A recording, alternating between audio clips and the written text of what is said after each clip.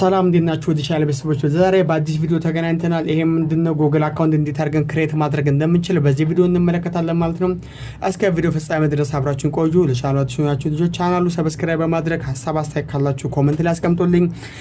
ኢሜል አካውንት እንዴት ነው መክፈት የምንችለው የሚለውን እንመለከታለን። ከዛ በፊት ግን ኢሜል አካውንት መክፈታችን ምንድነው የሚሰጠው ጥቅም የሚለውን ስንመለከት እዚህ ጋር እንደምታዩት ፕሌይ ስቶር አለች። ፕሌይ ስቶር እንግዲህ ኢሜል አካውንት ካልተከፈተ በስተቀር አፕሊኬሽኖችን ዳውንሎድ ማድረግ አይችልም። ስለዚህ ኢሜል አካውንት መክፈት አንደኛ ጥቅሙ ለዚህ ይሆናል።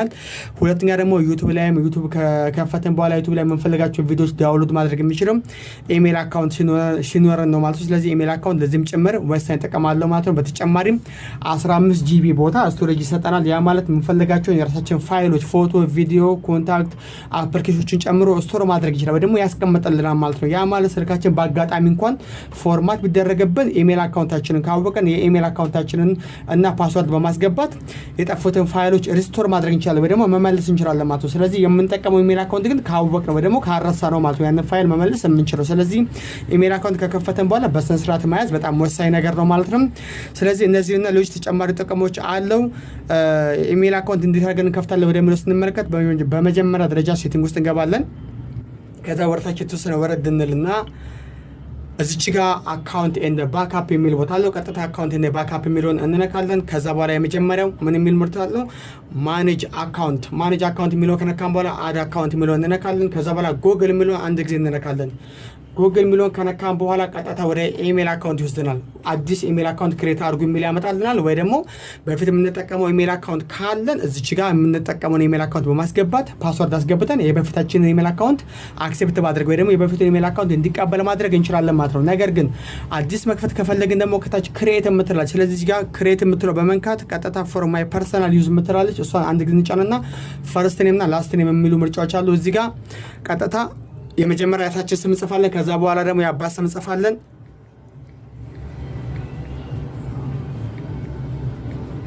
በዚህ መሰረት እንግዲህ እኔ ፈርስት ኔም እና ላስት ኔም ሞልቻለሁ ማለት ነው። እናንተ እዚህ ጋር ያታችን ስምና የአባት ስም ትሞላላችሁ። ከዛ በኋላ ኔክስት ትሉታላችሁ።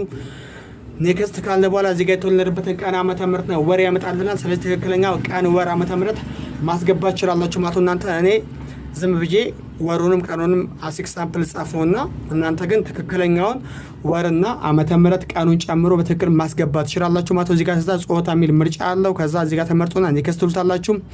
ኔክስት ካላችሁት በኋላ እዚህ ጋር እንደምትመለከቱት ኢሜል አካውንቱ በየትኛው ቢሆን ይሻላችኋል ይላል። ሌላኛው ምንድነው ሞገስ ኤልና 164@gmail.com ይላል። የሰረኛው ደግሞ አዱኛ ሞገስ 663@gmail.com ይላል። ከታች ደግሞ ምንድነው ይሄ ሁለቱ ኢሜል አካውንት ካልተመቸን በራሳችን ኢሜል አካውንት እዚህ ጋር ክሬት ዩር ኦውን ጂሜል አድሬስ የሚላል። ስለዚህ እዚህ የታችኛው ሶስተኛው በመንካት እኛ በምንፈልገው መንገድ ኢሜል አካውንቱ ክሬት ማድረግ እንችላለን ማለት ነው። እኔ ሁለተኛውን አዱኛ ሞገስ በሚለው እሱኛው መርጫለሁ ማለት ነው። ከዛ ኔክስት እንለዋለን።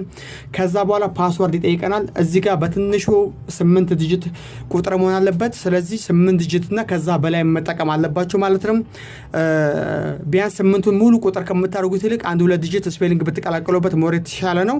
ስለዚህ እኔ ስፔሊንግ 2 ዲጂት አድርጌያለሁኝ። ከዛ በኋላ ቀሪውን ቁጥር እጠቀማለሁ።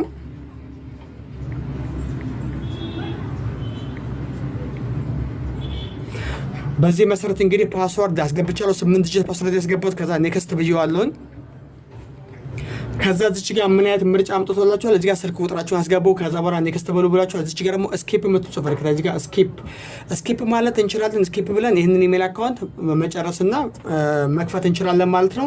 ስልክ ቁጥር እዚህ ጋር ማስገባቱ ደግሞ ምንድነው ጥቅሙ የሚለው ስመጣ እዚህ ጋር ወሳኝ ነው። በጣም ወሳኝ ነገር ነው። ምክንያቱም ስልክ ቁጥራችን ማስገባት ምን ጥቅም አለው? ለምሳሌ ከዚህ በኋላ ኢሜል አካውንት ከከፈትን በኋላ ምናልባትም የኢሜላችንን ፓስወርድ ብንረሳ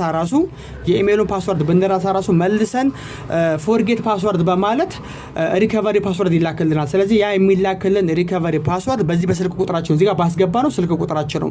አለበለዚያ እዚህ ጋር ስልክ ቁጥር ሳናስገባ ስኪፕ ካልነው ግን ፓስወርድ ረስቻለሁ ብለን ፎርጌት ብናደርግም እንኳን ሪከቨሪ ፓስወርድ ሊልክልን አይችልም። ስለዚህ በተለይ ቴሌግራም በምንጠቀምበት ሳለ ያለ ኢሜል አካውንት ክሬት ሊያደርግልን ስለማይችል ምናልባትም ከዚህ በኋላ ኢሜል አካውንት ከፍተን ቴሌግራም ከከፈተን በኋላ ያዛን ኢሜል አካውንት ፓስወርድ ብንረሳ እንኳን ስልክ ቁጥራችን ስላስገባንለት ፎርጌት ፓስወርድ ብለን በመምረጥ ሪከቨሪ ፓስወርድ 6 ዲጂት ቁጥር ይልከልናል። ከዛ 6 ዲጂት ቁጥር በማስገባት አዲስ የኢሜይላችንን ፓስወርድ ማስገባት እንችላለንና ስለዚህ እዚህ ጋር ስልክ ቁጥር ማስገባቱ ለዚህ ጥቅም አለው። ስለዚህ በተለይ አንድና ቋሚ ኢሜይል አካውንት የምንጠቀም ከሆነ ስልክ ቁጥር እዚህ ጋር ማስገባቱ ሞር የተሻለ ነው ማለት ነው። ስለዚህ እናንተ እዚህ ጋር ስልክ ቁጥር አስገብታችሁ ኔክስት ማለት ትችላላችሁ።